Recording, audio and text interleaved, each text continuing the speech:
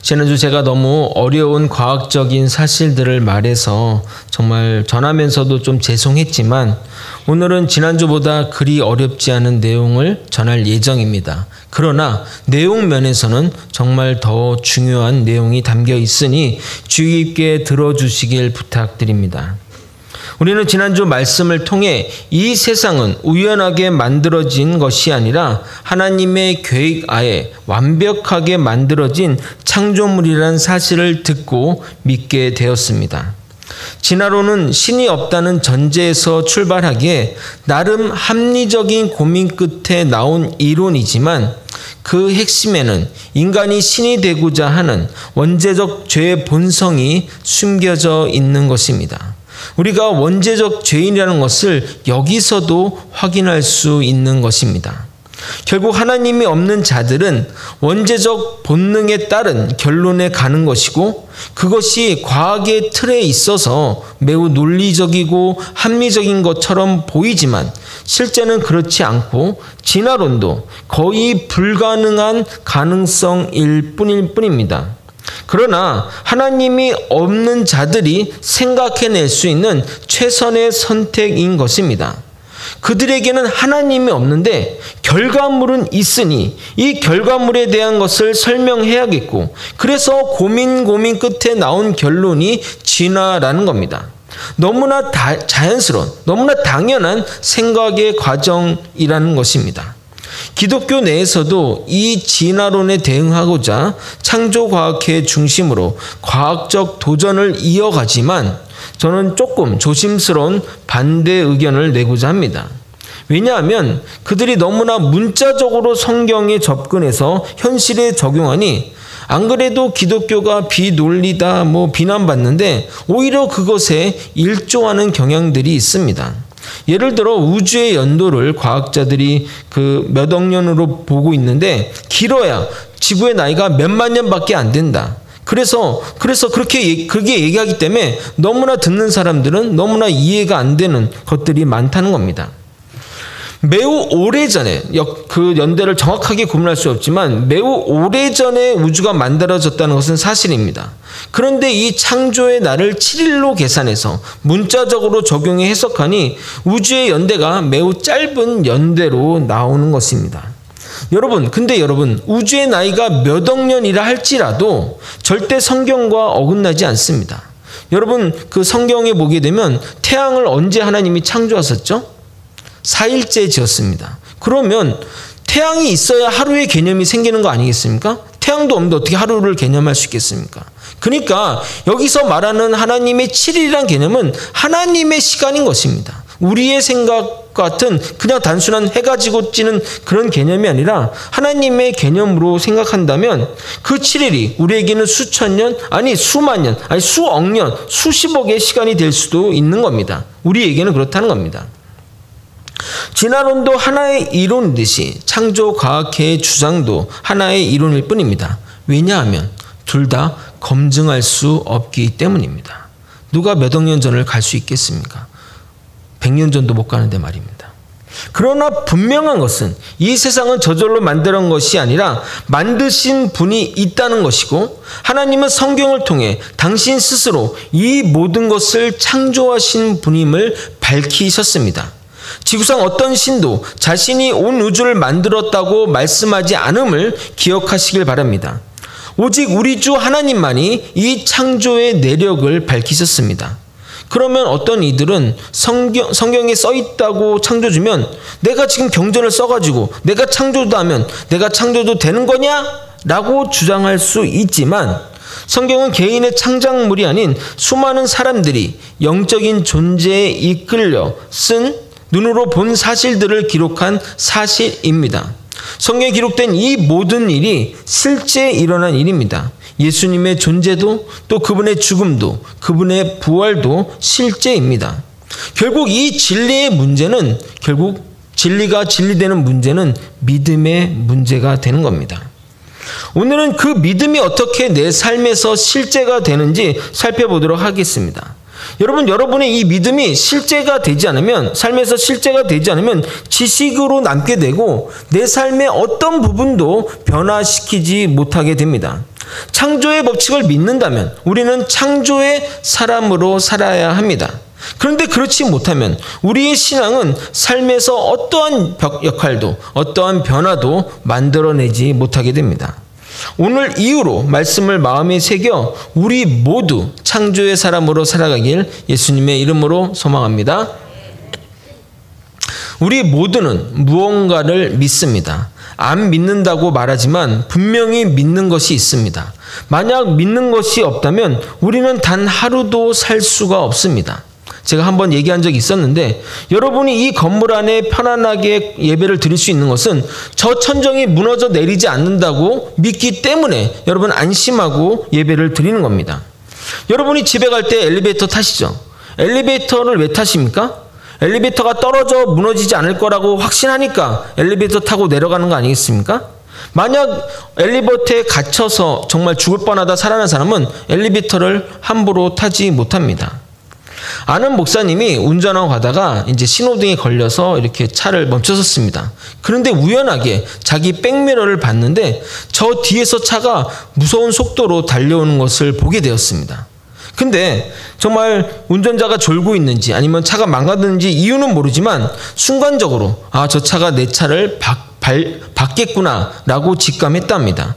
그래서 그 짧은 순간에 할 수 있는 것이 없어서 브레이크를 놓고 눈을 감고 기도했다고 합니다. 결국 차를 박았고 그 목사님은 오랫동안 병원 신세를 져야 했습니다. 그런데 그 이후로 그 목사님은 운전하다가 멈추면 앞을 안 보고 백미러를 보는 버릇이 생겨서 차가 가까우면 엄청 두려워서 벌벌벌 떨었다고 합니다. 그 목사는 뒤에 차가 멈춰서 내 차를 박을 수 있다는 믿음이 있는 것입니다. 이처럼 믿음은 내 행동을 규정하고 제어하기에 우리는 믿음대로 행동하게 됩니다.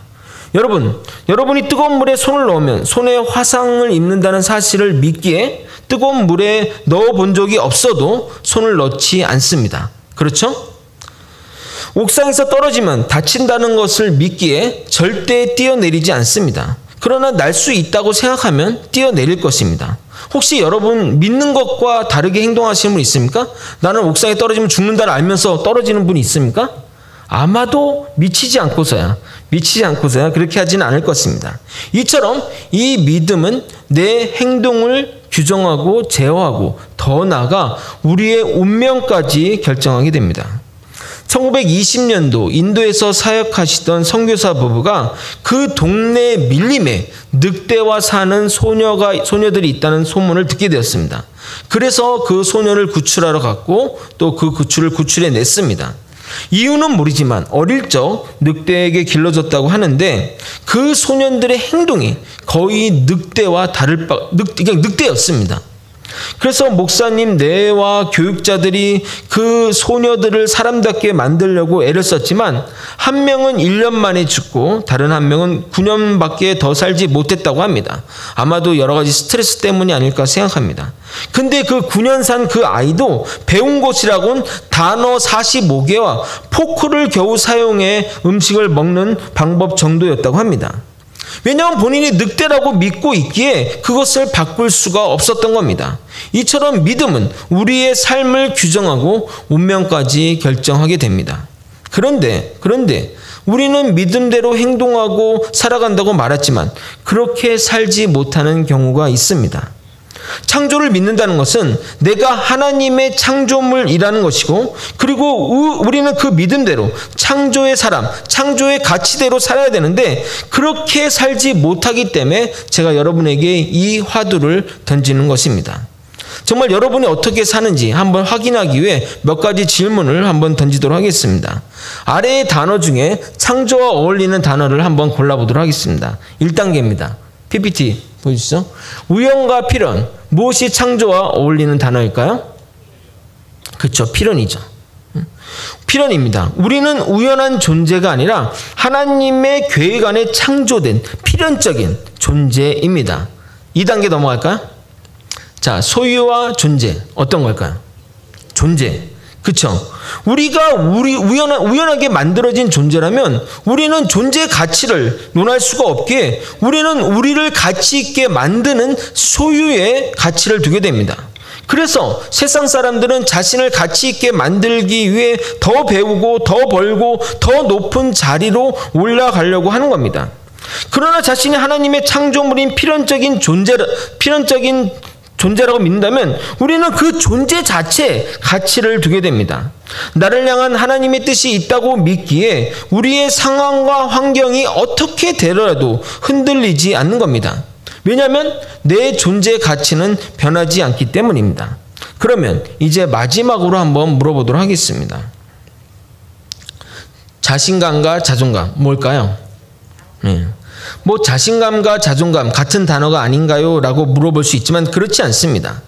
자신감은 남과의 비교를 통해 얻게 되는 가치입니다.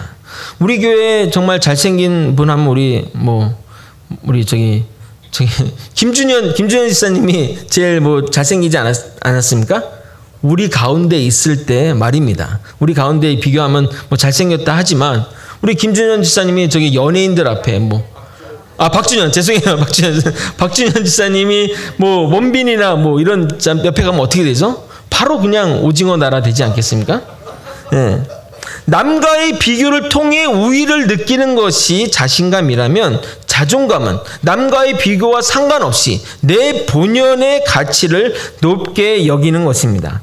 그러므로 내가 창조의 사람이라는 믿음이 있다면 우리는 필연적인 존재이고 자존감이 높아지는 삶을 살게 되며 소유의 가치를 두는 것이 아니라 존재의 가치를 들고 살게 됩니다. 그런데 우리는 우연한 존재라 믿는다면 존재의 가치를 논할 수 없기 때문에 내가 가지고 있는 것, 내가 지니고 있는 것, 즉 소유에 따라 나를 평가하고 판단하는 세상적 가치를 따라 살아가게 됩니다. 사람들은 그렇게 하죠. 저 사람이 돈이 얼마 있느냐, 어떤 직책을 가지고 있느냐, 얼마나 배웠느냐라고 평가합니다. 그 세상적 가치의 기준에 따라 살면 그 가치의 기준에 따라 살게 되면 우리가 어떤 삶을 살게 되냐면 나를 나답게 하는 물질이나 성적이나 학벌이나 집이나 환경에 따라 좌지우지되는 삶을 살게 됩니다. 대부분의 사람들이 사는 것처럼 말입니다.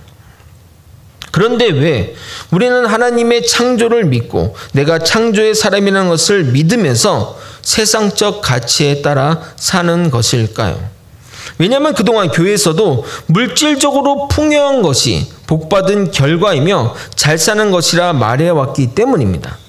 물론 하나님은 복을 물질로도 주시기도 합니다. 그러나 복이 물질은 아닙니다.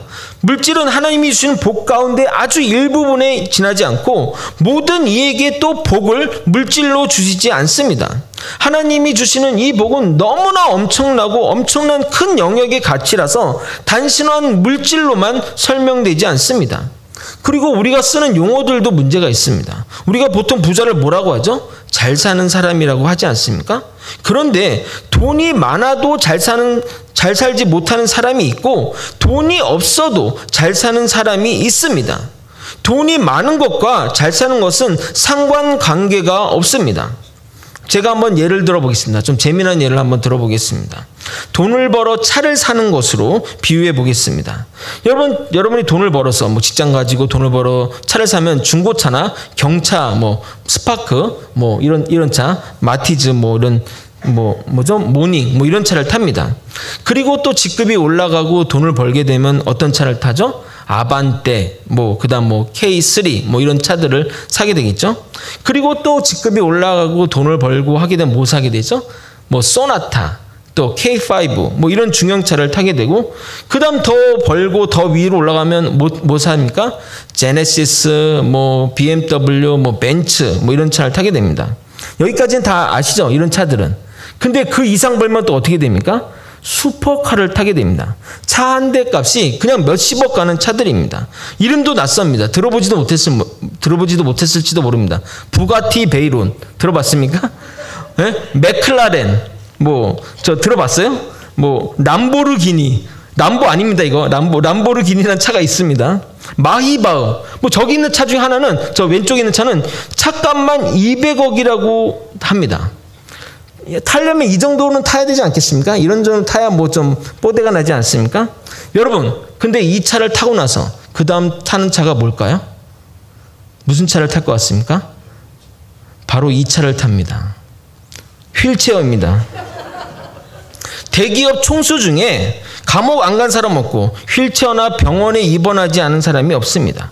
심지어 자살로 운명을 달리하여 장의차를 타기도 합니다. 이게 우리가 가려고 하는 세상의 끝입니다. 여러분이 탄 기차의 종착역이 낭떠러지라면 그 기차를 타실 분이 있습니까? 여러분이 그 기차에 1등석, 특등석, 정말 막 최고급 음식이 나오는 그런 기차가 있다 할지라도 그 끝이 떨어진 낭떠러지라면 결국 그 기차를 타게 되면 결국 죽게 될 건데 그 기차를 타실 분이 있냐 이 말입니다. 나는 중간에 내릴 거야 라고 생각하는 분도 있겠지만 타면 절대 내리지 못합니다. 모두 그렇게 살아가고 있기 때문에 모두 그 기차를 타고 신나게 즐겁고 먹고 마시고 살아가고 있기에 내리기가 쉽지 않습니다. 세상은 우리를 이곳으로 이끌어 갑니다. 우리는 과거에 이런 신문기사를 보았습니다. 전교 1등 하던 아이가 성적이 2등으로 떨어져서 목숨을 끊었다고 말입니다. 안타깝지만 그 친구의 가치는 성적이었습니다. 성적이 떨어지니 자기가 살 의미가 없어진 겁니다. 독일의 아돌프 메클레데는 독일에서 10손가락에 드는 부자가 있었습니다. 자산만 13조에 이른다는데 2008년 서브프라임 모기지 때 큰 손실을 받아 9조를 날리고 4조만 남았다고 합니다. 그런데 그가 자살을 했습니다. 그 사람의 가치는 돈이기 때문에 돈이 떨어지니까 내가 살 의미가 없어지게 된 겁니다. 여러분 4조도 엄청난 겁니다. 하루에 1억씩 써도 100년이 써도 못 쓰는 돈이 4조입니다. 하루에 쓰는 게 1억이야. 그냥 끝난 게 1억. 그 외에도 많은 이들이 자신의 명예가 떨어졌다고 자신의 돈과 자리를 잃었다고 극단적인 선택을 합니다. 두산그룹 박용호 회장, 현대그룹 정몽원 회장, 고 노무현 대통령 등등. 그러나 존재의 가치를 두는 사람은 돈과 세상적 지위와 명예가 나를 대표하는 것이 아니기에 그러한 것들이 무너지는 상황에서도 살아갈 수 있는 겁니다. 제가 돈을 준비했어야 되는데 돈을 준비를 못했습니다. 그래서 예화를 위해 좀 설명드리도록 하겠습니다. 이게 5만 원짜리라고 생각해 보십시오. 5만 원짜리 드린다고 하면 안 받을 분 있습니까? 5만 원 드린다면 다 받으실 게 않겠습니까? 근데 이 5만 원을 구기고 막 이렇게 던진다고 해서 이 5만 원 드린다고 해서 안 받을 사람이 있냐 이 말입니다.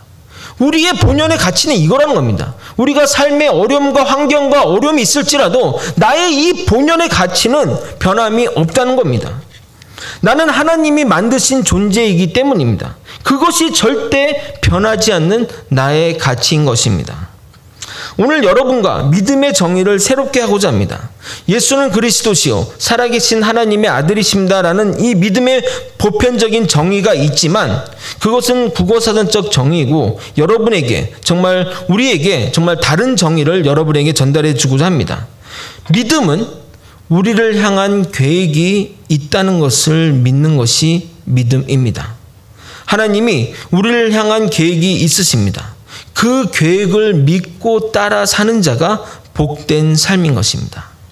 에베소서 1장 3절에서 5절을 한번 같이 한 목소리로 읽어보도록 하겠습니다. 에베소서 1장 3절에서 5절입니다. 함께 읽겠습니다. 시작. 찬송하리로다.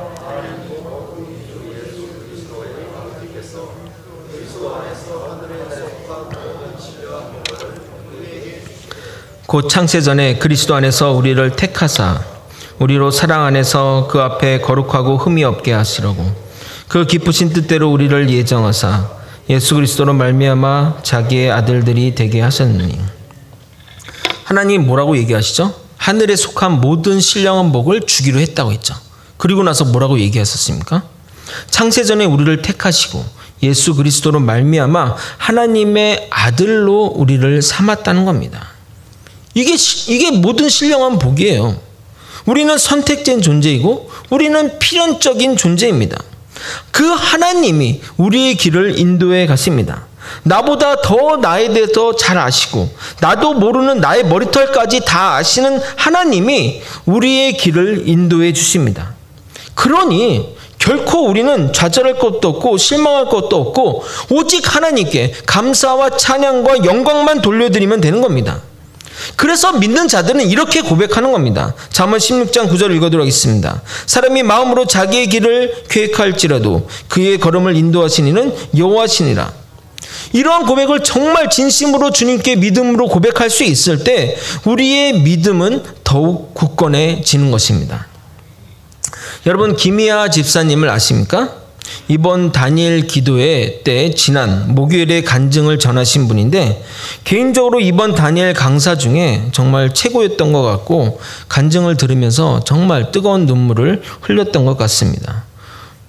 얼굴을 보시면 굳이 간증하지 않아도 이분이 어떤 삶을 살았을 것을 예상하실 수 있으실 것입니다. 정말 예상대로 그런 삶을 사셨으나 전혀 다른 가치관의 삶을 사셨습니다. 간단하게 이분에 대해 설명하면 태어나면서 얼굴에 점을 안고 태어나 그것 때문인지 어릴 때 버림을 받아 보육원에 자라게 되었습니다. 그녀의 외모 때문인지 아무도 후원하지가 없었고 10살이 되어서야 후원자, 그것도 장애에 대한 편견이 적은 외국인이 후원자가 되어 주셨습니다. 20살이 되어 보육원에 나가야 하는데 원장님이 네가 이 얼굴로 어디 가서 취직하겠냐 하며 직원으로 채용해 주셨고 직업도 가지고 나중에는 소개를 받아 남자친구도 생기게 되었습니다. 물론 이 얼굴에 점을 화장으로 가리고 만나서 실체를 모르는 상황에서 만난 상황이긴 합니다. 그런 그녀가 25살에 상악동암이라는 희귀암이 발견되었고 그로 인해 수술로 얼굴의 절반 정도 이상을 잘라내었고 이곳저곳 피부를 이식해서 지금의 얼굴이 되신 겁니다. 그녀가 수술 전에 고백한 간증 부분을 화면으로 보도록 하겠습니다. 시간 관계상 제가 재생 속도를 조금 빨리 돌렸거든요. 그러니까 말투가 원래 말투는 아니지만 나중에 여러분이 또 그냥 한번 또 보셔도 좋을 것 같습니다. 한번 영상 보겠습니다.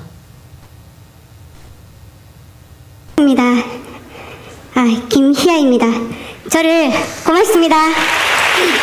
그리고 수술하기 며칠 전에 병원 12층으로 선생님이 저를 부르셨습니다. 저를 앞에 앉혀놓고 선생님은 수술 후에 일어날 수 있는 최악의 상황들을 말씀해 주셨어요. 희아 씨 수술하고 나면 오른쪽 눈 밑에서부터 얼굴의 반의 뼈와 살들이 모두 잘려나갈 겁니다. 얼굴에 뼈와 살이 잘려나가서 구멍이 나 있는 자리에는 팔에 있는 근육과 동맥이 얼굴에 이식이 될 겁니다. 팔에 구멍이 난 자리는 허벅지의 살을 이식할 겁니다. 당신 배에 있는 살을 가지고 와서 얼굴에 이식을 할 텐데 이식해는 동맥을 타고 이 살에 피가 흐르지 않으면 살이 썩으면서 구멍이 날 수도 있습니다. 당신 목은 구멍을 내야 하고 수술하고 깨어난다 할지라도 당신이 먹은 음식은 코로 다시 다 넘어올 수 있습니다. 눈에까지 암이 전이됐다면 눈을 적출해야 할지도 모릅니다. 당신의 병명은 상악동 암입니다라고 말씀하셨어요. 25살 12월이었습니다. 아무런 말도 할 수가 없었습니다. 왜 나에게 이런 아픔이 왔냐라고 말할 것도 없습니다. 하나님께 여쭈어봤습니다. 하나님, 맞은 자리 또 맞으면 이런 아픔인가요? 수술 동의서 위에 김희아라는 이름 3글자 올려놓고 살고 싶었습니다. 살아야 되니까 눈에 보이는 곳에서 감사를 찾아야만 했습니다. 하나님, 수술하고 깨어나면 저 별을 다시 볼 수 있을 거니까 감사합니다.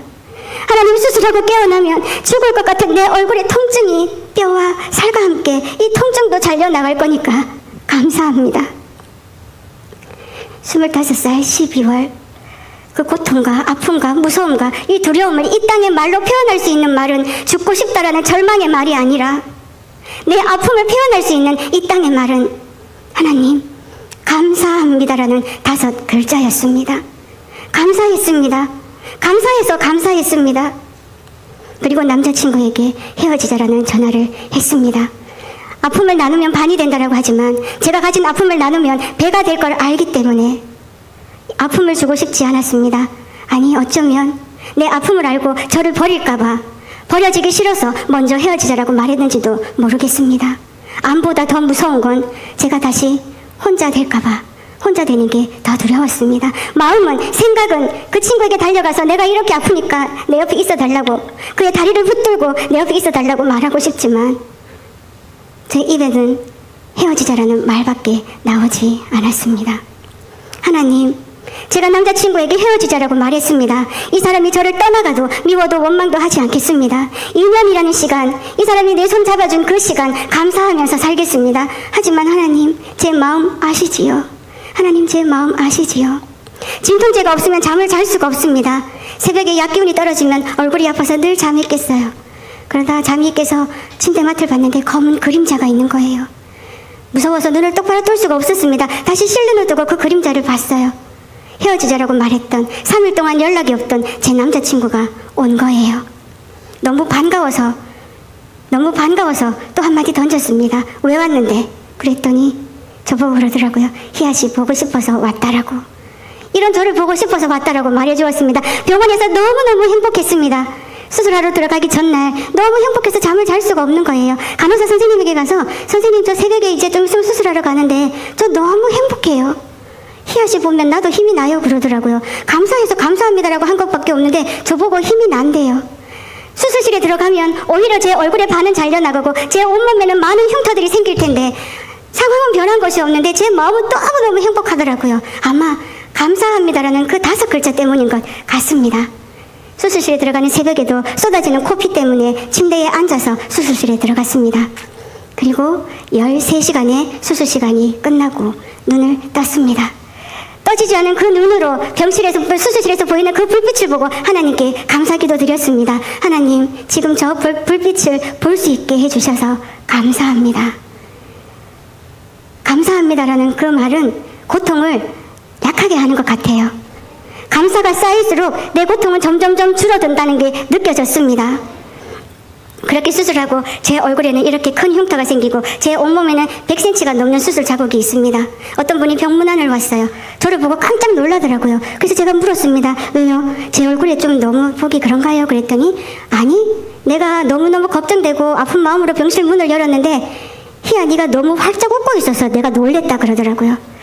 네, 그렇습니다. 얼굴에 반이 잘려나가고 수술에 온몸에 흉터가 있다 할지라도 웃을 수 있는 이유는, 상황과 환경은 오히려 더 악화됐지만 그 자리에서 웃을 수 있었던 이유는 하나님 감사합니다라는 그 감사 때문에 제가 분명히 웃을 수 있게 된 것입니다. 남자친구랑 같이 투병 생활을 했습니다. 그런데 어느 날 저에게 그러더라고요. 우리 아버지 만나러 가자. 아이고, 두려웠어요. 이 세상에 어떤 부모님이 당신이 가장 사랑하는 저 잘생긴 저 아들한테 저를 며느리로 맞이하게 할 수 있겠습니까? 아버님이 나 결혼하지 말라고 하면 나 결혼 안 할 거야. 그랬더니 남자친구가 그러더라고요. 우리 아버지 그런 사람 아니다. 걱정하지 마라 그러더라고요. 그래도 어떡합니까? 또 하나님께 기도드렸습니다. 하나님, 아버지 만나러 가야 되는데 하나님 도와주세요. 도와주세요. 아버님을 만났습니다. 죄인처럼 고개 숙이고 떨고 앉아있는 저를 보면서 아버님이 이렇게 말씀을 하시더라고요. 살다가 아픈 거 어떡하겠노? 사랑은 주머니에 넣어놓고 다니는 게 아니다라고 말씀을 해주셨어요. 그 말씀은 저를 며느리로 맞아주신다는 말씀입니다. 범사에 감사를 몰랐다면, 감사를 살지 않았다면 내 인생의 아픔을 만났던 거나 절망을 택했을지도 모르겠습니다. 범사에 감사는 오늘 이 순간까지도 걸어올 수 있는 힘이 되어 주었습니다. 그렇게 훌륭하신 아버님을 만났고 아버님은 저에게 웨딩드레스를 입을 수 있는 기적을 만들어 주셨습니다. 웨딩드레스 입었는데 보여드릴까요? 네, 제가 하얀 웨딩드레스를 입었습니다. 기특하지에 고맙습니다. 상상도 못했습니다. 어떤 사람도 희아가 저런 웨딩드레스를 입을 거라고 상상도 못했을 거예요. 저도 그랬으니까요. 하나님의 은혜로 하나님은 모든 것들을 예비해놓고 고난의 다리를 건너서 감사를 만나서 행복한 걸음으로 하나님이 예비해놓으신 그 행복을 축복의 길에서 하나님은 모든 것들을 예비해놓고 먼저 기다리고 계셨던 거예요. 결혼을 했고 하나님이 저에게 선물을 허락하여 주셨습니다. 아기가 생긴 거예요. 너무너무 감사하고 고마운데 걱정이 막 되기 시작하더라고요. 하나님, 이 아기가 제 얼굴에 있는 이 점은 절대로 안 담고 태어나게 해주세요. 하나님, 세상 사람들은 제 모습 때문에 이 아기가 나중에 학교를 다니게 되면 엄마 때문에 상처받는다고 말을 합니다. 하나님, 이 아기가 엄마 모습 때문에 상처받는 것이 아니라 저의 이 아픈 모습 때문에 이 아이가 자라는데 훌륭한 걸음이 되게 해주세요라고 하나님 앞에 10달 동안 기도드렸습니다. 저는 지금도 막 크게 웃거나 막 이렇게 하면 기침을 세게 하거나 하면 코피가 쏟아집니다. 그래서 저는 자연분만으로 아기를 낳을 수 없어서 척추 마취를 하고 아이를 낳았어요. 간호사 선생님이 저에게 아기를 막 보여주더라고요. 손가락도 보여주고 발가락 보여주는데 여러분들이라면 어디를 가장 먼저 받겠습니까? 얼굴이지. 예, 저도 얼굴 먼저 봤습니다. 아기 보고 깜짝 놀랐습니다. 제가 하나님께 얼굴에 저만 닮지 않고 태어나게 해달라고 했는데 제가 어찌 이 아기를 보고 깜짝 놀라지 않을 수 있겠습니까? 아기 사진이 맞지? 제가 야 낳았어요. 제가 얘 엄마입니다. 예쁘지? 제 삶의 아픔과 고통은 더 많은 감사를 고백하게 했고 감사할수록 이 인생이 비천한 인생이 아니라 행복한 인생임을 알게 해주었습니다. 어제 집에서 간증을 들으면서 박성현 교수님의 간증 제목을 생각했습니다. 나에게 달란트는 무엇일까? 어릴 때부터 이런 생각을 했습니다. 나에게 달란트는 고난이 달란트다라는 생각을 했습니다. 하나님의 은혜로 고난이 축복이 되는 역전을 만들어주셔서 이렇게 못생겼지만 간증을 마치는 이 시간에 제가 예쁘게 변하지 않았나요? 시간 관계상 다 볼 수 없지만 김희아 지사님은 하나님의 인도하심을 믿었던 것입니다. 그래서 정말 진심으로 하나님께 감사한 겁니다. 고통을 이겨내기 위해 또는 상황을 회피하기 위해 감사한 것이 아니라 진짜 감사해서 감사를 표현한 것입니다. 간증 후에 그분의 감사를 들으면서 나는 저분보다 감사한 것이 넘쳐나는데 하나님께 감사하지 못했던 것이 너무나 죄스러워 끝난 이후에도 자리에서 한참을 기도했던 것 같습니다. 처음 저분을 볼 때 약간 거부감이 느껴지는 모습이었는데 정말 간증이 끝날 쯤 그분의 말씀처럼 정말 아름다운 여자로 보였습니다.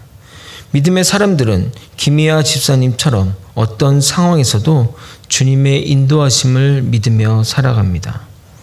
대표적으로 성경에는 욥이 있습니다. 저는 성경에 욥기가 있다는 것이 정말 감사합니다. 믿는 자도 고난당할 수 있는 것을 보여주는 성경 본문이기 때문입니다. 욥은 전 재산이 날아가고 자식도 다 죽고 자신마저 병이 들었습니다. 그의 아내는 정말 현실적인 말을 했습니다. 아마도 그런 상황에서 믿음이 없다면 저도 그렇게 얘기했을 것 같습니다.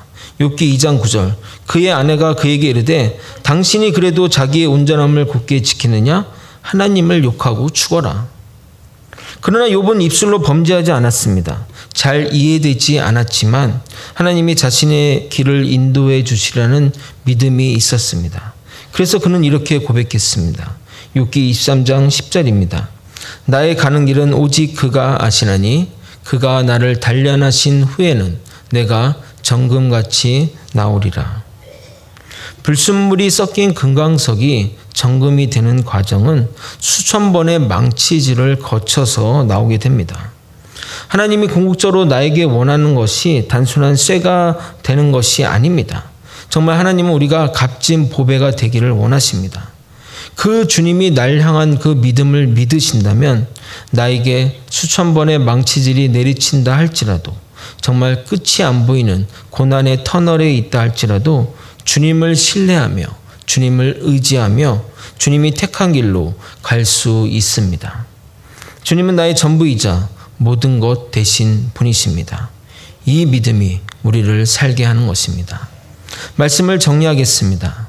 내가 창조의 사람이라는 것을 깨닫기 전에는 과거에는 창세기 1장 1절을 읽을 때 그냥 성경을 시작하는 글이라고만 생각해 아무런 감흥이 없었습니다. 그러나 이제 저에게 창세기 1장 1절은 나를 사랑하신다는 하나님의 선포로 여겨집니다. 결코 너는 우연한 존재가 아니다. 내가 너를 알고 너를 위한 계획이 있음을 말하고 있는 성경 구절인 것입니다. 주님은 나의 주인이시고 나의 모든 것 되시고 나를 아시고 나를 이해하신다는 하나님의 사랑의 고백이 창세기 1장 1절부터 선포되고 있는 것입니다. 하나님은 우리에 대한 계획이 있습니다.